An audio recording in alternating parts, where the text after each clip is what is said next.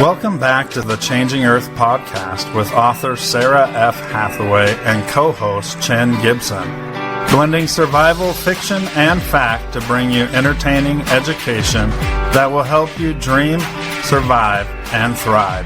And now, here's your host, Sarah F. Hathaway and Chen Gibson. Hello, and welcome back to the Changing Earth podcast. This is episode number 492. We're getting damn close to the 500 episodes. And 500, that's awesome. Right? Hi, Jim, what's up?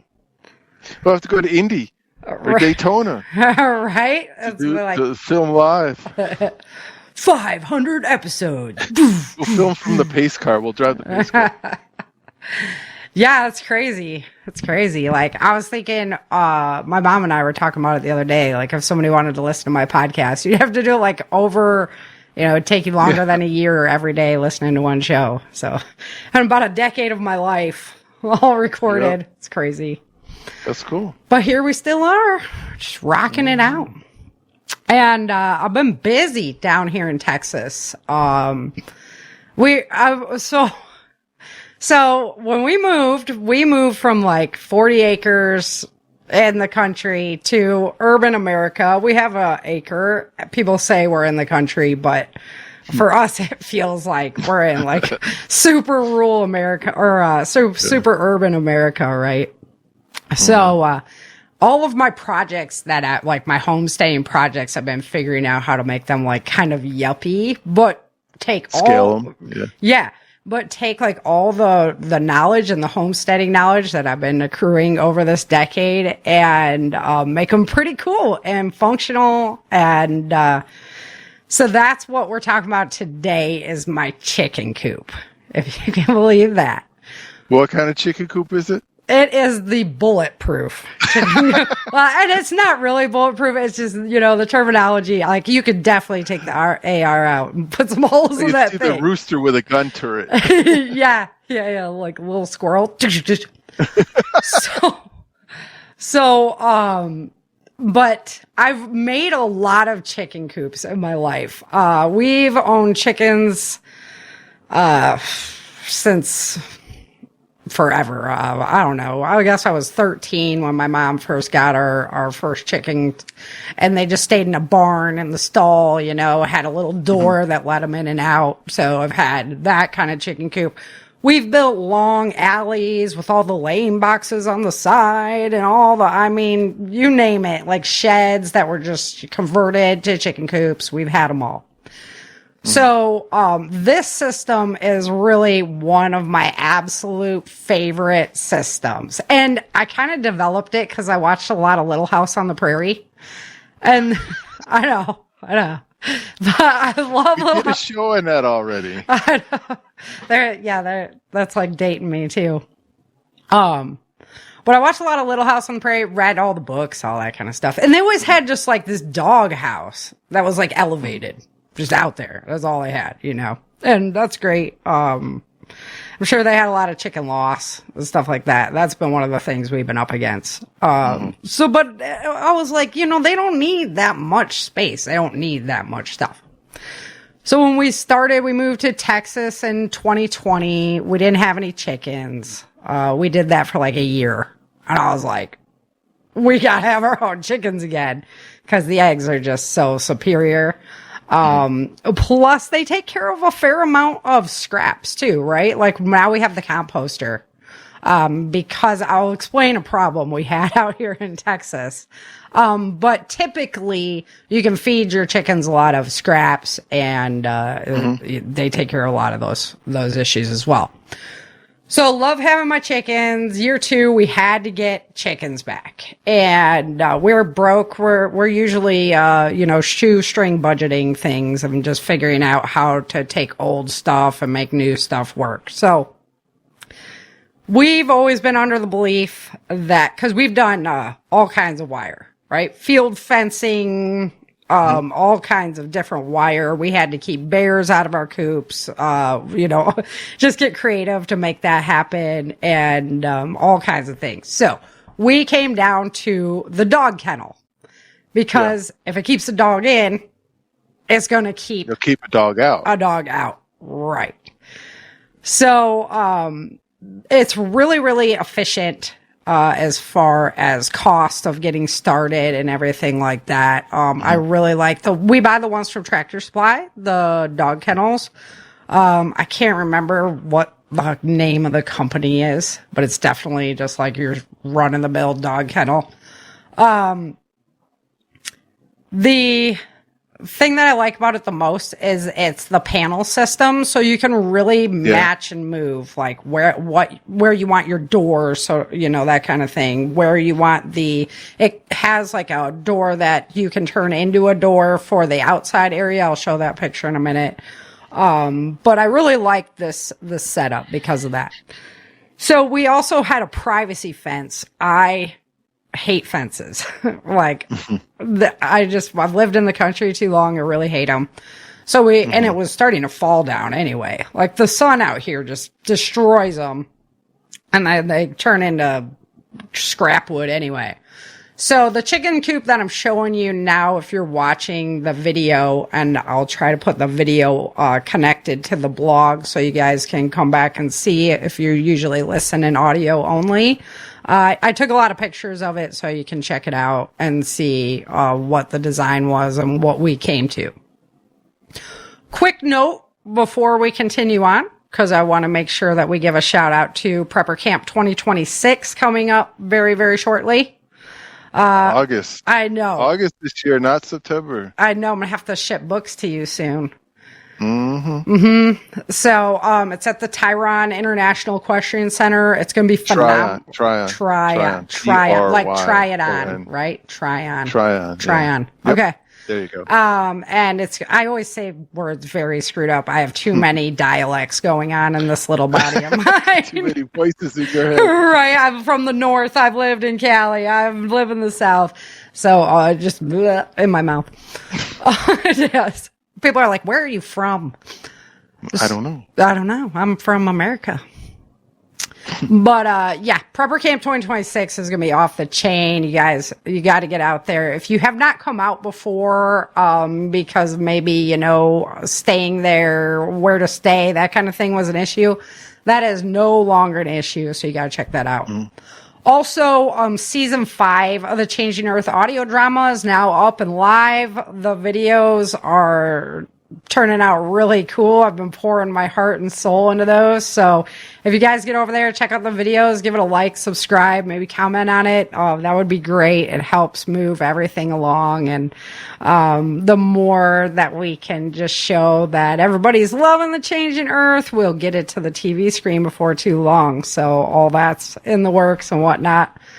But that's like the hurry up and wait type of game. So, but the audio drama is out. It's live. Go check it out on YouTube. Changing Earth series. Just look for that and you'll find it. It's been a blast to put together. And thank you to all the volunteers, including you, Chin, who do voices for the show. I have been dabbling a little bit in like some AI characters for side characters only. But other than that, it's all us. It's all PBN. And everybody's so special for helping out with that. So thank you so much. Pretty much everybody from Prepper Camp I have doing voices now. I got to get Ken. Network is, yeah. I got to get Ken going on some. Oh my goodness. Yeah, he'd be classic. You just need like a good old Georgia boy, he'll get you. Just like Dane doing Mr. Lee. He's just always got the best ad libs. Just listen to his audio is best. Okay, so let's get back into the chicken coop. So some specific problems that Texas arose. So I've lived in Michigan and had chickens. So up north, we've got a lot of ice, stuff like that you're going to have to be aware of.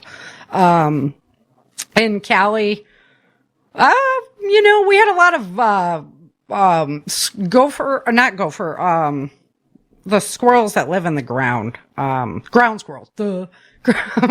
Ground squirrels. And they literally will steal your eggs and eat them. We also had, we replaced them with golf balls for a while because then they would just be getting golf balls. So we'd try to get the eggs real fast and put golf balls in there. We also had like bear, foxes, hawks, we've had a raccoons. ton of fox, coyote, and bobcat on our trail cameras on the property. Yeah. This past couple weeks. And Chicky is such a nice little snack for them. Delicatessen. Yeah. Yes. Yeah. One of the things we did for the bears that would work really efficiently as well, like you might want to bury the line when you have more predators. You bury your fencing, you know. But we put nails into a board with them sticking out. And that way, when the bear put his paws up to the fence to pull it down, he would touch that instead. And boy, it deterred him. He did not go after those ducks anymore. So we've had ducks in the past too, and it worked. Yeah. So do that along the ground. Just make sure you're aware that it's there, because that could do some serious damage, but it works. You know, you got to do what you got to do. Traps, stuff like that we've set up. So some specific problems that we have out here in Texas, the heat obviously is primary. The fire ants were oh my goodness, absolutely relentless. And one of my favorite chickens, I go out there and she's dead, just covered in fire ants. So they can get to the chicken and just start stressing it out like crazy. And then it dies. So that and the mice, because it's all sandy here, they go under the ground actually, and they'll dig up right by the feeder and then pop out real quick and eat the food and go back down their hole. And the chickens will kill them if they're there. But when they can go that close to the feeder, the chickens don't have time to get them, right? So before I came up with this system, it was just really a struggle on how to maintain those fire ants, how to, keep them cool, and also provide them with the skill, the ability to hunt those little mice, because they'll do the job. Yeah. It's just giving them the time to be able to do it. So what we came up with, we went with the dog kennel, obviously, is the outside. The privacy fence story comes up because the privacy fence got ripped down and we turned it all into chicken coop. So we actually put a 2x4 across there's bars inside of the dog kennel that you use as supports, and then we still put legs on it just to provide that extra little bit.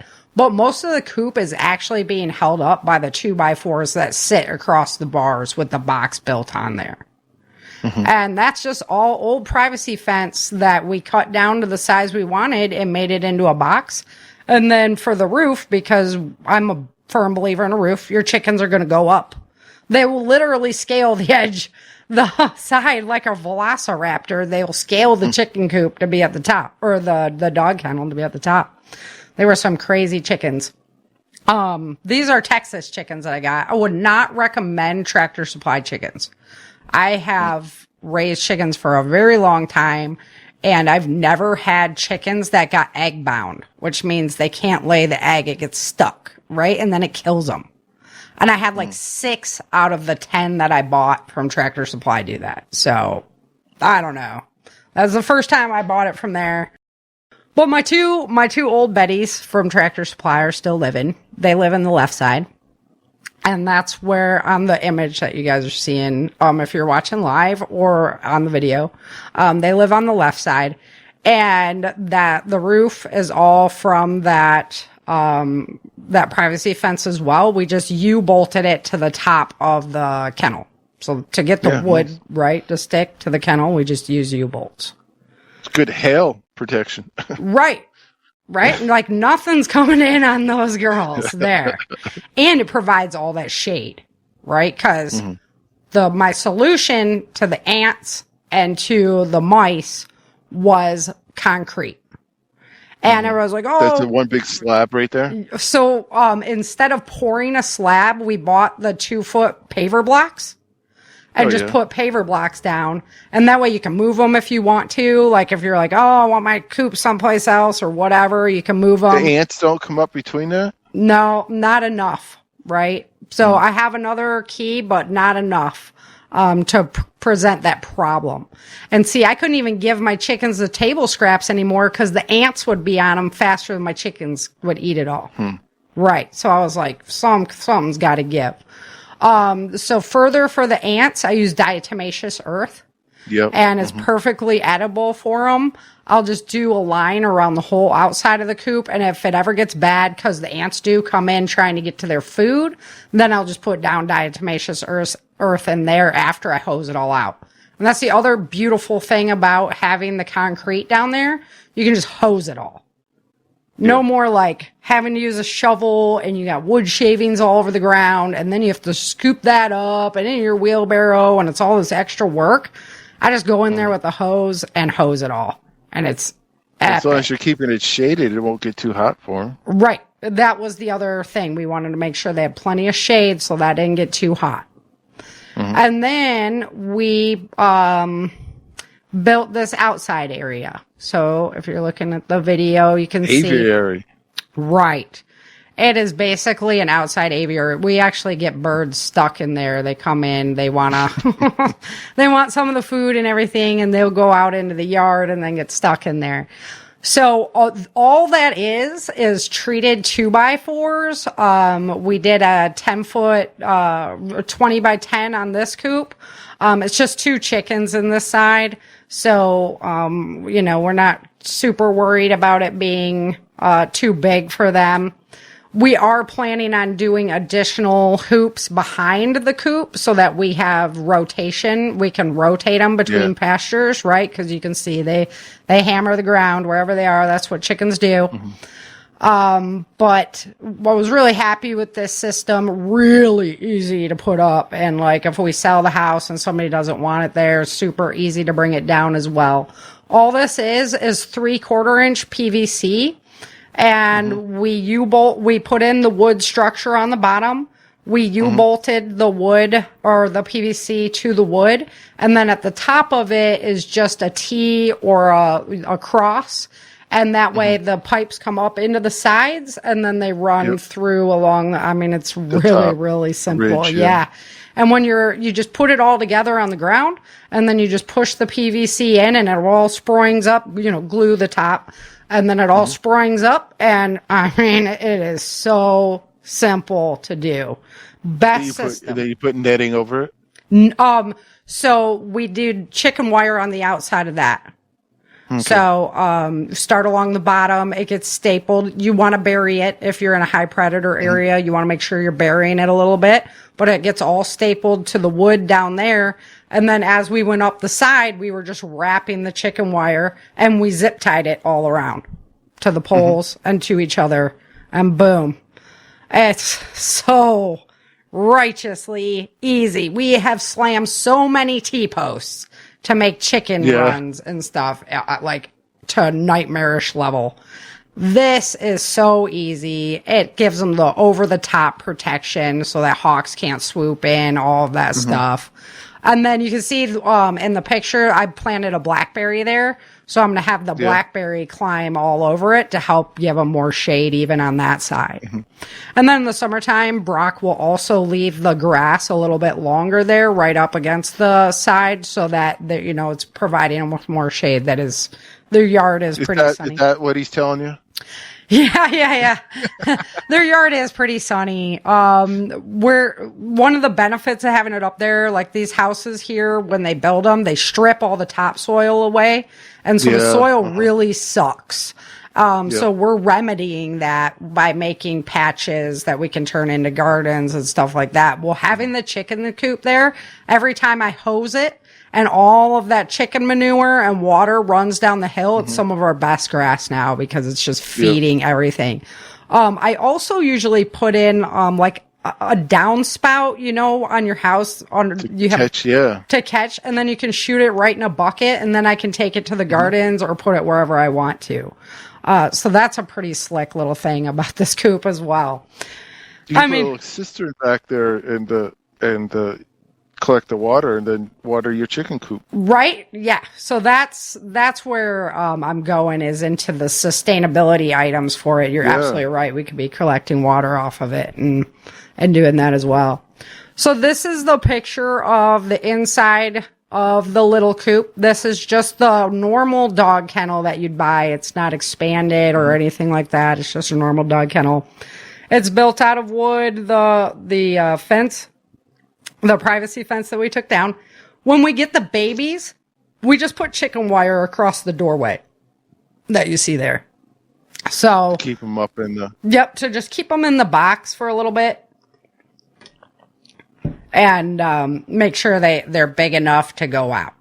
Once they're big enough for me to open that up, they can go down the ramp safely. They can jump up and everything. I put chicken wire on the bottom of the dog kennel. That way they're not popping through. Oh, so they can't sneak out, yeah. Right, yeah. Because they're still little enough to go to get down there. This one of the problems that I have with it is it's not big enough for me to put the food inside. So inside of the actual box, right? Oh, inside the... Yeah, so it sits underneath. And when it gets really, really stormy, then their food will get wet and it gets muckety and stuck in the thing. I don't know. I mean, I'm just... So when it's rainy days and whatnot, we just put less food in there and then we make sure we're filling it more often. So here's the inside of the chicken coop. Oh, the other side opens. That's cool. Yeah. Better access. Yep. So that whole thing opens up. We like to have lots of access. Yeah. And one of the coolest things about this is there is no shoveling involved. I just open up that door, I put a bucket underneath it, and I just swoop everything into the bucket. Swoop, there it is. Yeah, it is easy peasy lemon squeezy. Some people might be like, well, you don't have, a laying box, right? The laying boxes. If you have a little ridge to keep the eggs from falling, I mean, that would be an addition I'd put on ours, maybe, because it's easier to clean out without them. I have like one egg in 100, maybe roll off, So, but we do... Nesting boxes, yeah. Yeah. So I don't worry about building in nesting boxes. Chickens are going to lay eggs. You make them healthy, happy, they get food, water, they're happy, they're going to lay eggs. It doesn't matter if they have a little box to do it in or not. Like, it's a waste, in my opinion. But that's just my opinion. I'm just Sarah. One thing we used to do was use wood shavings, a lot of wood shavings, right? And it's always a mess. I still have some in my shed, just in case I need to put some in a yard so it's not so muckety in the wintertime or something. But they sell these nesting pads now. And they're really, really slick. They're more expensive, but they last a lot longer. They're a lot cleaner. You can just grab the pad and throw them out. And it takes about 6 of them to do. It takes 4 like in the center, and then I have to cut 1 in half or 2 of them in half to put in the correct places.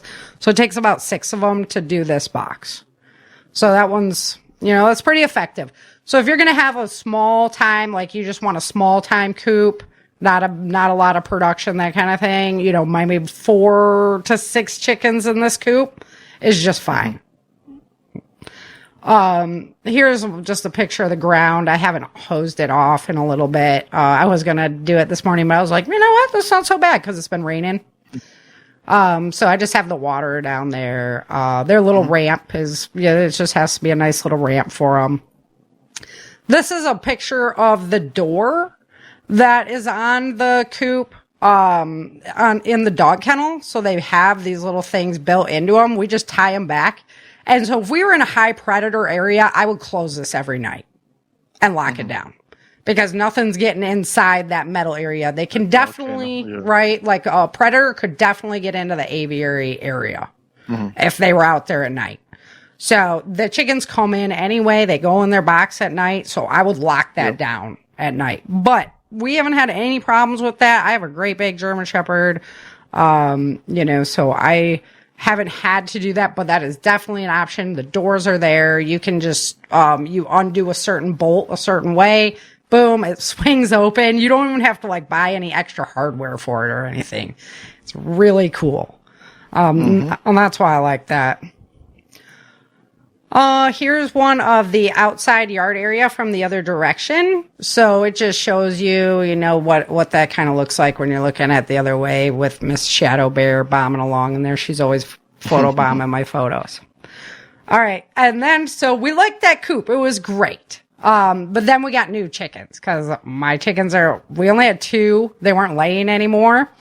And I was like, all right, it's time for new chickens, so what are we going to do about this? And I want more this time. And we wanted to have one side. I'm going to eventually turn the little one into our like breeding area, so I can have, nursery. Yeah, right. I can have producing, females and rooster in there, but not a lot going on. So then we got, 12 new chicken. I can't remember how many. We're down to 10 now. We built the chicken mansion, which is just awesome. So this one is double the size of the other one. We used the common wall, and we bought another dog kennel, and we just opened that one up and hooked it to the common wall. Yeah. So there's one in there, which works slick. We had bought a roof for it when it was Ragnar's kennel, my German Shepherd, when it was his kennel. But the, roof wouldn't fit on, when we opened it up, it wouldn't fit on there anymore. So the roof on this one, because they were flying out, God knows why, because they have a beautiful space in there, is just 2x4s we put across, U-bolted, and then put chicken wire on it. Basically, the only reason why we put the wood there is so that the chicken wire wouldn't slump down on our heads when we were inside of the chicken coop, right? And then you have like a sunscreen or something up there? Yeah. So we pulled that sunshade real tight over the top. Yeah. Because another problem I have in Texas is the wind. And I've watched one of these empty kennels fly by in the 90-mile-an-hour gusts before. Really? So, yeah. There was nothing in it, right? And it just picked up and busted one of the doors on it. So, with the amount of wood we have in the little chicken coop, all that weight for the roof, and then building in the mansion, nothing moves this. It's going to have to be a big wind event. Oh, like there's a tornado coming through. And at that point, So they're not staked down to the ground? Nope. I did not stake them to the ground. Nope. They're just put on there, and then the wood weight is just weighing them down. Yeah. I mean, easy peasy. Really, you could wrap this whole setup up. Like if we wanted to move to a different property tomorrow, I could pick this whole setup and move it. The biggest thing would be the mansion box system that's inside of the big one, because it is same thing. We elevated it using the sides and built it in to hold it all down, right? So all the wood is built into that kennel to hold it all down. And so that would be the biggest challenge, is how to move that gigantic box. Here's the run on that one. The run for this one, since there's more chickens in it, we just doubled it. We just took the idea and doubled it. And it worked just great. It's the best setup I've seen. And then you can see my little drain spout is up because he's about to mow. That's the drain spout sitting there by the door. Yeah, that I have down on the ground typically for when I'm hosing it to direct the stuff where I want it to go. All right, let me go ahead and get some more pictures uploaded here, because I want to show you. This one is really cool. The whole face of the mansion opens. So, let's see. I couldn't upload all my pictures for you guys at once, so. Okay, so here's a picture of the one side of it. And this is where they like to lay their eggs a lot. You can see the eggs in the little nest area. See, this one's big enough as well for me to put the feeder inside of it. It kind of creates some chaos sometimes when they all want at it. But, they figure it out. Everybody eats. Everybody's looking healthy. So I'm a fan of that system. And looks like you got a climbing wall for the ramp. Right. So that was a fun project. We didn't have like a whole bunch of scraps on hand. So I used one of those is actually the whittle stick that Brad's kids and Christian made at prepper camp. We preserved it and put it on there as a step for the chickens. And then I just used like the spikes that you put in the ground for like bender board landscape projects. I just used that for the stairs. So anything works. I just stained it and it works. Here's the corner view. You can see I put the, they were actually jumping on top of the houses to roost at night and then pooping all over the top of them. And then I'd have to hose that off. And it was a big pain in the butt. So I chicken wired off the whole top so they couldn't get up there anymore. And we gave them that roosting bar down low. You can see the door on the left's open now. And then the corners inside, they both open up as well. So let me show you that. It gets kind of weird to maneuver in there. But I mean, in the long run, to clean out this coop is just really, really easy. So here's the inside, the corner inside when it's all opened up. You can get in there to get eggs. You got to have full access to everywhere, right? Because they could lay anywhere.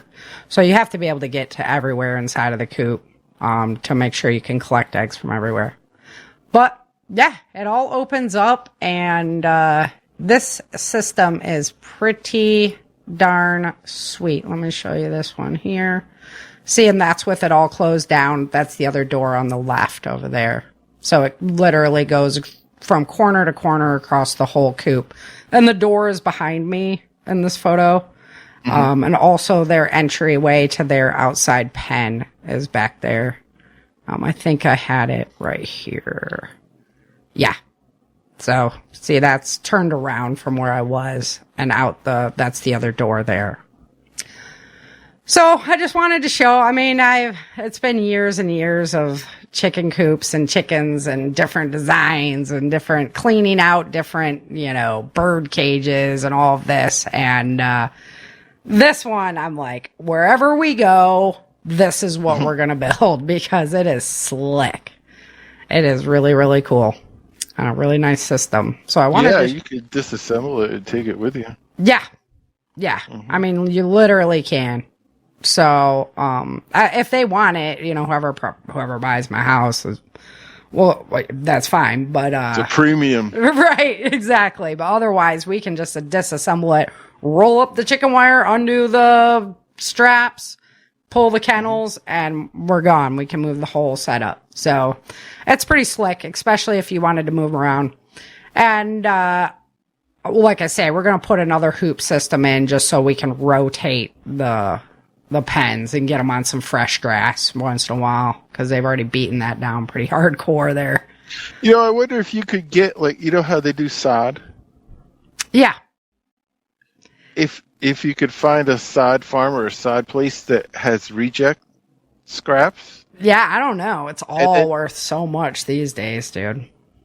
Because you could just throw sod pieces in there. It's true.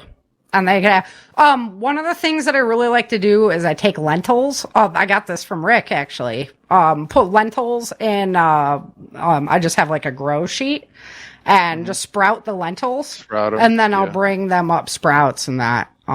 Cause that's my real mission next is I'm working on systems that I can put in place that are easy to manage that create food for them. Those soldier flies too. He loves his little soldier fly. The black soldier flies. Factory, yeah. Yeah. So that's something, I was thinking about mealworms, that we could grow mealworms. Different things that we grow in the garden that we might not eat, but we'll feed it to them. Like lettuce grows like crazy and you can just give it to them when it's volting and whatnot and you don't want to eat it because it's so bitter. Chickens still love it. They can literally eat like all the grass clippings, from your mowing activity. They can eat all that.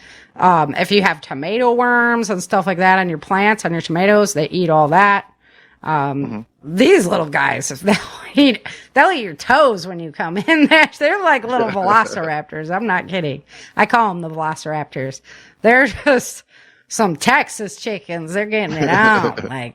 Yeah. So, pretty cool system. If anybody has any questions, you want to hit me up about it, go ahead and let me know. Do you have problems in the winter do you have to put heat lamps or do you have a way to heat it? No, you don't. I don't have any. Doesn't get that cold? No. Even if it is, they snuggle up in a corner and they figure it out. They do. I'm not kidding. Down here, now if I was up in the Midwest, it'd be maybe a different tune, right? But even in the Midwest, we didn't have My mom didn't run a heater for the chickens. Really? One of the biggest things, if you don't collect the eggs fast enough, the eggs will freeze. So that is a concern. And same in the summer. You got to collect them when it's really, really hot. You got to make sure you're collecting them fast. But no, everybody's just, they huddle up together. They're fine. They're good to go. It's a nice little insulated area for them, and they do really good. So the biggest thing, one of my babies, when I first opened it up, we got a windstorm, and it blew like 2 chickens out. They were sitting in the doorway, and it swirled them around the inside of that thing, and they were done. Yeah. That sucked. That was one that I had like nursed back to health and stuff. But these things, they happen. So, yeah, we don't have any problems with that. I just don't, the water freezes, right? So I'll have to switch. I keep a waterer down here, at the house, and I can switch my waters out. Yeah. And then with the food getting wet, that's a problem that we run into a lot because it turns into concrete. I think the original recipe for concrete definitely involved a chicken farmer. Corn. Yeah, like cracked corn, because it gets pretty yucky in the summertime. But they'll eat all that. So, alrighty, cool. I'm also going to do a show. I'm thinking about doing the Ladies of Prepper Camp. That was a fun show. I'm thinking of doing that one. But we built these really cool new gardens too. We're just not like fully done yet. And I would love to present those as well. I'm going to do a show on those and, then let you know if we're successful. We are up against Texas this year, and I'm going to grow enough tomatoes. I have canned my own tomatoes since the day I was married. We haven't bought tomato products in decades, and I've not been able to get enough to actually can up since we lived here. So I'm correcting the problem this year. I went all in, God knows. But I am like going to beat Texas this year. So I'll report back on that one. You guys will have to hold me accountable. But yeah. Alrighty. So let's jump into the Changing Earth news. It's going to be a little bit of a long show, guys. I've got some great stuff to bring you. And we didn't do Changing Earth news last month with Coach Asher, but that was a great show, right? That was good. Yeah, he's an awesome guy. I'm blessed to have him in the area. I've wanted to train crab for so long, and then here comes like phenomenal instructor. I'm like, thank you, Lord, for Coach Asher. So everybody check that show out if you didn't see it last year or last month. All right, let's do some Changing Earth news. I'm quite concerned about what's coming next. Personally, I think we'll probably see food shortages and other disruptions. Are you prepared if things go wrong? Does your family have enough food and supplies on hand to last at least 30 days? If not, the time to prepare is right now. Don't wait another minute. To help you on your journey, I recommend My Patriot Supply. They're the leaders in self-reliance, and they have a 4-week supply of emergency food that lasts up to 25 years in storage, so you never have to worry again. Don't put your family through the pain of hunger or standing in government food lines. Go to preparewithchangingearth.com today, and your emergency food will be shipped quickly and discreetly to your door. Those who know what's coming are using today to prepare. So visit preparewithchangingearth.com, the original Patriot Preparedness Company. Their mission is your survival. That's preparewithchangingearth.com. Dream, survive, thrive. This is Changing Earth News. All right, Changing Earth News. So one of the big things that's been happening are these earthquake swarm activity in Nevada. And everybody's kind of pointing it at like, oh, Area 51, Area 51. Well, it's not. There's a lot of activity that happens there in Nevada anyway. There's some huge fault lines. and some major stuff just beyond like Area 51's there.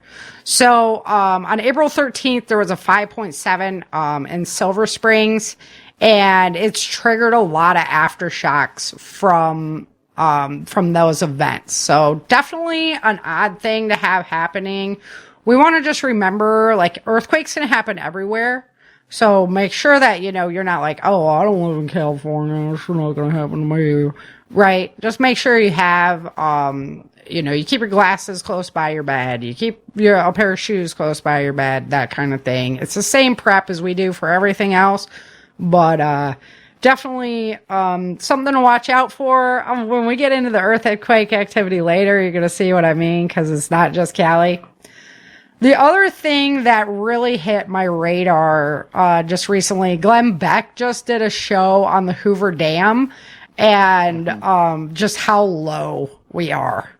And it has not been getting the amount of water that it needs. And I've been reporting on this for a couple of years now, you know, about the levels of this. The other thing that really, really scares me, because we're not getting the same amount of water that most people don't think about, is the Ogallala Reservoir. It's just an underground cavern of water, you know, and we've just been depleting and depleting and depleting it. And so now you're just creating a void, which really, really concerns me. I was hoping when I did my research on the Ogallala that it would be like, oh, it's not made of the right kind of stone that would collapse, but it is. And the pipeline runs right above that. The gosh, I can't remember the Nordstrom pipeline or something, whatever that big pipeline, the big oil pipeline is. So the whole thing is just really, really threatening to me, you know, scary for the middle United States, scary for our food supply, that kind of thing. And we're just talking like serious amounts of. So if you check out the Glenn Beck episode, he's going to do it way more justice than I do. But when the dam at Hoover, the turbines cannot have air in them at all. And when the water gets so low, they have to start running those turbines slower, basically, because they're very frightened of air getting in there. And then if it goes down too far, it's called a dead pool. Obviously, nothing to do with the movie or anything like that. But they can't run those turbines. It is. They can't run the dams. And that's like millions of Americans that aren't going to have power in Vegas and Phoenix and Los Angeles. So not only that, but we're talking about less power, less ability to get water to crops for farmers in California with higher food prices, which we're already looking at, whether that be price gouging by the powers that be at this time, and then the fuel costs on top of that. So I say it every time, any investment that you're going to make in your long-term food supply is best done right away, because it is going to pay off in the future. It always does. I shop at Sam's Clubs, and I only go like twice a year, right? I hate going there. Mm-hmm. And I put down some coin when I'm there because I only go there twice a year, right? So it used to be that I could go to Sam's, get like tons of canned veggies, coffee supply for like 6 months, everything for 6 months for like $500. Yeah, $500 was like, wow. It cost me $1,000 last time I was there. Yeah, that's what we were just there. Costco. Yeah. Same difference. Right. It just doesn't feel like the savings were what we used to see. No, not at all. I was like, wow. I'm like, this is $80 in just coffee. And that was only, 4 bags. It'll last us about 6 months, but. I found that Glenn Beck Hoover. I'm going to put it in the element. And he's going to do more on that because it's definitely, the Hoover's not the only dam being affected. I also worry about, like the Fort Peck Dam up north. We've talked about it before, and it's Earth and Levin Dam. And so say the water level starts going down and like the dam's not getting the amount of water flow that it was. Then we have these 100-year rain events hit it. That's scary stuff. And they're fracking right there by it. they're not very earthquake compatible. So the Fort Peck Dam would wipe out the Mississippi Valley if it went, for those of you who haven't seen my show on that one. So, there's a lot of infrastructure things that we really need to be focusing on rather than God knows, what we're doing these days. I don't even try and watch. I'm sorry. I look for, what's going on with the planet, what's going on. That's going to have a major effect, but I just can't engage with the day-to-day nonsense anymore. It's just, I think it's a distraction that's, it's made to distract us. Yes. Just like sports. Yeah. Yeah. So instead of spending time building a better chicken coop. Right? Exactly. Like watching to see what gossip or what. And my gardens and stuff like that. And, all the times we report, we've done so many shows on it being psychological warfare, right? And it's like, well, when do you cut it off, the psychological warfare? But then you also want to be present in your community. So like what you're doing with your CERT teams and, getting involved in local politics, I just started volunteering with the sheriff's department. That's a great networking opportunity. Yeah, that's so true. Yeah. Right? And that way you're kind of on the pulse, but you don't have to be exposed to all that psychological warfare.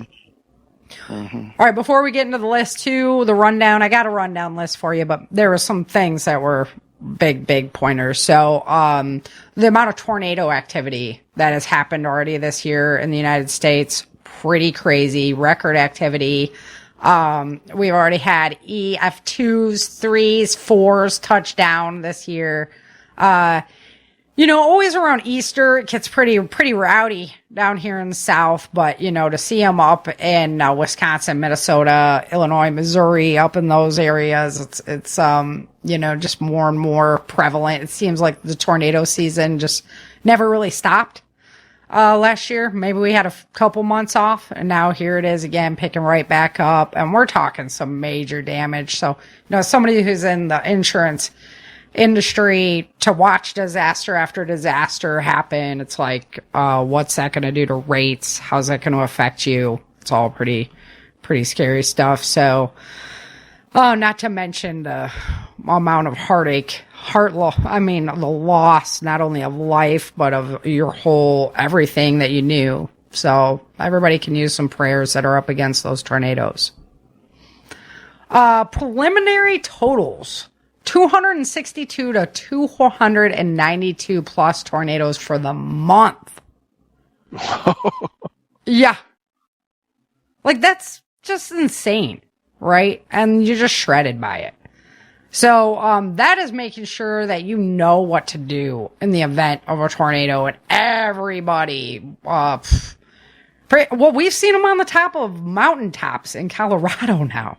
So I'm not going to say like where the geographical area is that you should be ready for that, because it seems like, it's just expanding its reach big time. So definitely, we've done tons of shows, guys, on getting ready for things like this. So not going to go into that too much. Go check out the shows, but, you definitely be prepared. Also, we still have the weakening shielding of our planet with the pole shift, and that is just bringing us this extreme weather, and this is going to continue. So, one of the things I was actually pondering, if you've been following my show for a long time, with the magnetic shields weakening, the volcanic activity has seemed to just really uptick. It was just like a year ago that 29 was a big deal for volcanoes, and now it's been in the 40s for too long. So I'm wondering if that's kind of nature's natural way of compensating for the amount of uptick of solar radiation that we're receiving, is by puffing off more into the atmosphere. And the solar radiation gets the magma charged up, which is causing the volcanoes to wake up. So it seems like the Lord knows a lot more what he's doing than we do. But just something I was pondering as far as that goes. I don't know. You can comment on it. whatever. I'll take all kinds of heat for it, but we've watched the Earth is spinning faster, and it had nothing to do with Joe Biden. I thought that was the cause. So you just thought the Earth was trying to get him out of office quicker. Yeah, right. All right, so let's jump into our list.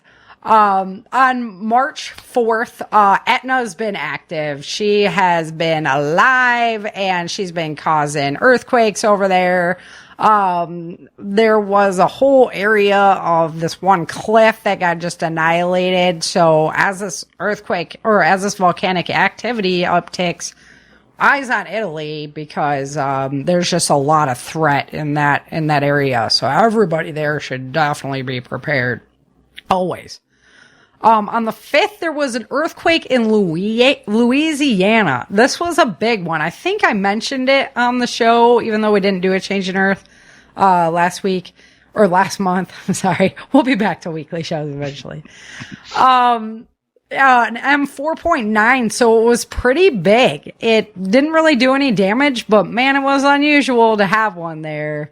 And so it's just an eyes-on situation. You know, Western Texas takes them a lot, but over there in Louisiana, it's not something that you normally see. On March 5th, there was tornadoes in central USA. This is Michigan. There was also a couple in Oklahoma. It was about 25 tornadoes in an outbreak, 8 deaths from that activity, widespread damage, power outages. Kenya is seeing a significant amount of flooding, way more than their normal monsoonal rain. So they're having flash floods and landslides, more than 71 deaths there. Mostly drowning or electrocution, because their electrical systems are definitely not built the same way as ours. And so when you get all that flooding, then you get the electricity lines in there. And thousands of people have been displaced. Infrastructure damage, agricultural damage. They are used to having monsoons, so when you see activity like this happening, you know it's an uptick from what is normal. On the 9th to the 10th of March, there was flooding in Java, Indonesia. This was heavy rain causing floods, landslides, wind damage. 7 deaths, 4 missing. It was local property damage and agricultural impact. So Indonesia is it's just an island I would not want to live on. I don't know. They must grow a lot of food there to make it worth it. There was flooding in Hawaii. Do you remember the big flooding that happened in Hawaii? That was on the 10th. Historic flooding, billions of gallons hit the ground, property damage, evacuations, blizzard conditions on the big island up in the mountains. So, you know, one extreme to another there. On March 12th, flooding in Ethiopia, landslides from heavy rains. There was 52 to 102 deaths, including property damage and infrastructure damage. On the 12th of March, we had wildfires start up in Nebraska. These were massive. I don't understand. I tend to think of Nebraska more like open area, plains area, that kind of thing. We're talking like 642,000 acres went up. That was crazy. 192,000 acres plus in a companion fire. 1 person lost their life in that. There was numerous evacuations. It destroyed homes, barns, fences, structures.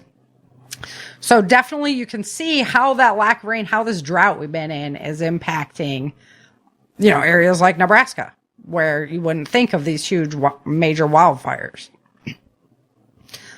On the blizzard storm in North America got hit on the 13th of March. Last storm, we used to always say, well, it always snows once in April when we lived in Michigan. But they got just clobbered. 3 to 4 feet of snow, ice in Michigan. 56 tornadoes kicked off from that storm. So we got cold and tornadoes, which, you know, don't usually hear about that. We've had also a lot of thunder lightning. Not thunder lightning, ice lightning, where it comes in an ice storm and you're getting lightning, which doesn't usually happen either. $1.4 billion in damage from that event, widespread power outages, road closures, lots of infrastructure damage, and lots of damage to agricultural areas. There was flooding in Malawi, affected more than 310,000 people, 34 deaths, major displacement there, and agricultural impact from that flooding. So big events, guys, just wild flood events, flooding and drought right next to each other in just crazy intense amounts. On the 20th of 2026 in March, there was a CME that kicked off a G3. The aurora was visible at lower latitudes, much lower than it should be under normal circumstances. So it's still eyes on. Seeing the auroras as low as Florida, as low as Cuba in just the recent past, that is definitely not normal activity. So it is, has to do a lot with our weakening magnetic shield. On the 20th to the 27th of 2026 in March, cyclone, hit Australia. Cyclone Narelle. Multiple landfalls, heavy rain, strong winds. This is their hurricane season basically down there. No loss of life reported in that event. March 24th, 2026, there was an earthquake in Tonga. Those hit big. They hit deep. They tend to ripple around the whole ring of fire. This was a 7.5. So that is a big earthquake. I also saw a 9-pointer in March, so I wonder if they've downgraded those. But not unusual to have these big, deep earthquakes hit Tonga area, but they do ripple around the ring of fire, which you'll see in the earthquake numbers in a minute. March 29th to 30th of 2026, Semeru in Indonesia erupted. Again, the volcano uptick's been insane. March 30th, Vanuatu earthquake, 7.3. It's in the same area as Tonga. Again, this is where these deep earthquakes hit. This one caused several injuries, airport damage, building runway, rock falls, power outages. So big event happening there. Flooding in Afghanistan on March 30th. About 28 to 148 deaths. The reports vary on that, but widespread property damage. Earthquake in Indonesia on April 1st, a 7.4. One person did lose their life in that event. Even for Indonesia, that is a big event. 7.4s they're the damaging kind. 1 death, 4 injuries, strong shaking. CME went off that day. And it can be that the CME is what actually caused that earthquake and caused our Earth to adjust in that way. Whenever you see the CME activity uptick, you also see earthquake uptick, and then volcanoes usually go right along with it. On April 2nd to 11th, cyclone hit Papua New Guinea and the Solomon Islands. It was Cyclone Mala, M-A-I-L-A. It caused 25 plus deaths, significant property damage, and infrastructure damage. There was an earthquake in Afghanistan on April 3rd, 5.8. 12 people lost their lives to that event, 6 injuries, local damage. They tend to build in those pancake buildings, so when they get earthquakes, they just lose a lot of floors, and that can be a lot of what happens there. In May of 2026, they had massive flooding in the U.S., specifically the Great Lakes area. So we're talking Michigan, Ohio, Wisconsin. Lots of rains caused that snow to melt really, really fast. There was also an EF1 tornado that came through Ohio on the 4th. So all of those storms were bringing some major damage. All the rivers were up. I love the river Tippecanoe. That's one of the, yeah, it's one of the rivers that was over. I remember that from living up there, Tippecanoe River. So, that's a fun one. On the 8th to the 20th, we had another cyclone out in the West Pacific. It was impacting, China, but before it did that, it hit a lot of the islands out there, including Saipan and Tinian. Severe winds, power outages, property damage, like they're in there full on. A cyclone is just a hurricane backwards that impacts the other hemisphere. So when we're not getting them, somebody else is. We're just flip flop. New Zealand was hit by cyclone Vianu. Gosh, they need to think of some easier words. Vianu. I have no idea how to say that. Damaging winds, heavy rain, localized disruptions. They tend to ping pong down there between New Zealand and Australia.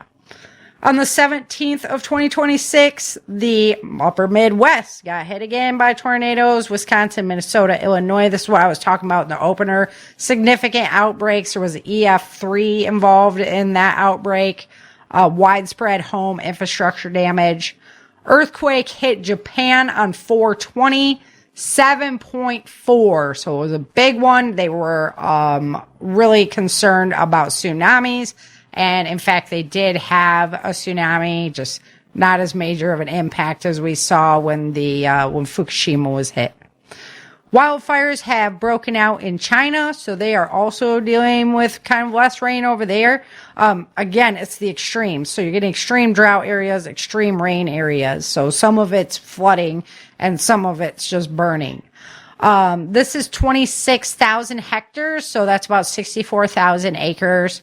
Affected about 11,415 people in that burned area. And then we come into the 22nd of April. We had those earthquakes over in Nevada that I talked about in the opener. It is in the Silver Springs area, which is near Area 51, which can be associated with, are they testing nuclear weapons or something of that nature? But it is a highly seismic area anyway.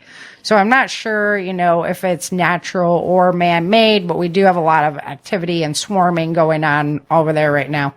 I actually sell insurance in that area, and I cannot write earthquake insurance over there right now. So too late. You have to wait for the moratorium to get released. April 22nd in 2026, they had early May wildfires in Japan, one of the largest wildfires in Japan in decades. It burned 1,633 plus hectares. That's about 4,000 acres. And when you're talking the size of the Japanese island, it's a big, big fire for them. 3,200 people were evacuated, significant property, and then the air quality issues that come with it. There's a winter storm that hit Russia on the 27th of April. It was a late season snowstorm. 3 people actually lost their life in that incident. About 76,000 went down without power. And then the Fuego volcano in Guatemala erupted. Big eruption. Fuego goes off kind of regularly. So that's one that's not really a big surprise. And then we have the ongoing drought in the south, mid, and central United States.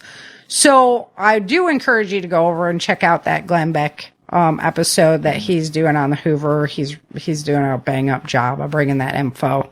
Kind of stuck it back on my radar too, because we just had so many serious events going on that it seems like we're always bouncing from one incident to the other. All right, as far as earthquake activity goes, so let's back up to February. February, we had 17,000 earthquakes that were 2.0 or bigger. March upticked to 19,925. So we had been seeing a decrease before February, and now we're on that uptick. This month, or last month in April, we saw 20,994 earthquakes that were 2.0 or bigger. We had a magnitude 9 and there, a magnitude 8, a magnitude 7. So those are some serious earthquakes going on. As far as volcanic activity goes, we have 41 volcanoes actively erupting on our planet right now, which is, if we make it up to 50 one day, I don't know. I'll do like a free book series giveaway or something. This is crazy. We're 37 showing unrest, 26 showing minor activity, for a total of 104 on the board, which is really nuts. And then one last thing. Actually, I'm almost right on time. I'm doing well. See, I told you my list wasn't that big. So one side note that I have is because I watch all this stuff all the time and read the Bible a lot.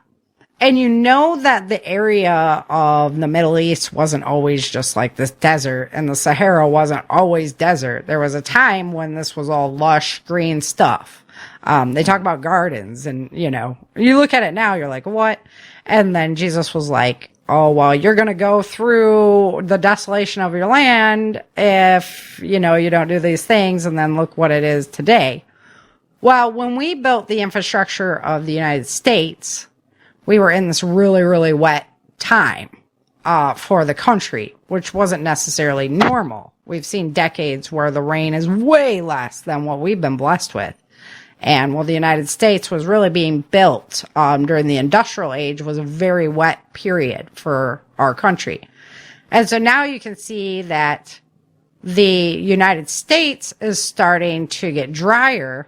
Well, the Sahara is starting to get wetter, which is interesting.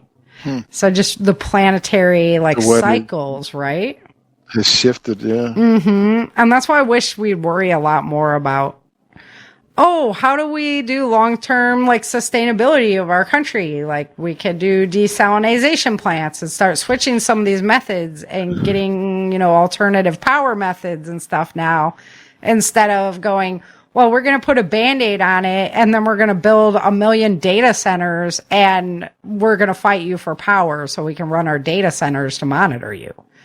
I just think there's a lot different focus that we could have as a country to, be planning for the future for what we know we've seen before in this country, what will come again on the earth. We can't just pretend like it never changes, right? So that's my shtick for the Changing Earth news. Yeah. You can't get past the 3-minute shorts on YouTube. I mean, not you, but society can't get past 3-minute shorts on YouTube. You're going to have them planned for long-term sustainability. Yeah, those are too long, right? Mm-hmm. Yeah. We can't put that much attention to it. It'll kill us. We're more worried about the superstars and the sports stars but I'm telling you, it'd be a good idea to start thinking about our long-term food survival instead of, it's like when, back in the day, the Caesar used to take all the food and put it in the storeroom and then sell it back to them, right? In times, that's basically what's happening. All our food is nationalized. So nobody really knows how to create it for themselves anymore. Can you create it on the scale to actually feed yourself, to actually feed your community? I don't. So, and you can store and stuff, but you can only do so much. So I think there's definitely some different issues we need to be examining, and thinking practically, let's get some down to earthiness instead. But that's just me out here in my little corner. Corner of Texas. Yep, just chilling in my corner. But if you want to see me this year, and you don't live in this area, you need to come to Prepper Camp 2026. Get there. It's going to be a ton of fun, guys. It always is. And I'm just very, very excited for the new venue. Axe throwing. Oh, yeah. There's going to be some tourneys going on there. Except I was practicing and I suck pretty bad. So I broke the axe. Don't stand in front of Sarah. Yeah, I broke it. I was like, all right, I'm just going all in this time. Right? Full arm, no finesse. Boop! I broke the hatchet. I had to practice. Oops. I know. Throwing target out here. Oh, my buddy's got one. But yeah, so I had to buy him a new hatchet because I broke his hatchet. They had 2 that night, but yeah, I'm gonna have to do some practicing so I can show up to the plate there. But it's gonna be a ton of fun regardless. Check out the Changing Earth audio drama. It's going full throttle, new material, great stories. You're going to just be on the edge of your seat this season because it is going to rock and roll and not let you go. It's pretty intense. And then always check out the books and, support the show if you can. That would be great. But hope to see you guys all out at Prepper Camp and hope you enjoyed the show. Thanks for coming, Chin. Appreciate you. You bet. Fun times. All right, guys. Until next time, remember, dream, survive, thrive. Thank you for listening to the Changing Earth podcast. Please take a moment to like, subscribe, and leave a comment or a review. Help make the Changing Earth world go around by purchasing the Changing Earth novel series at Amazon.com or get your signed copies at ChangingEarthSeries.com. Get your Changing Earth gear and become a paid subscriber for extra goodies at ChangingEarthSeries.com.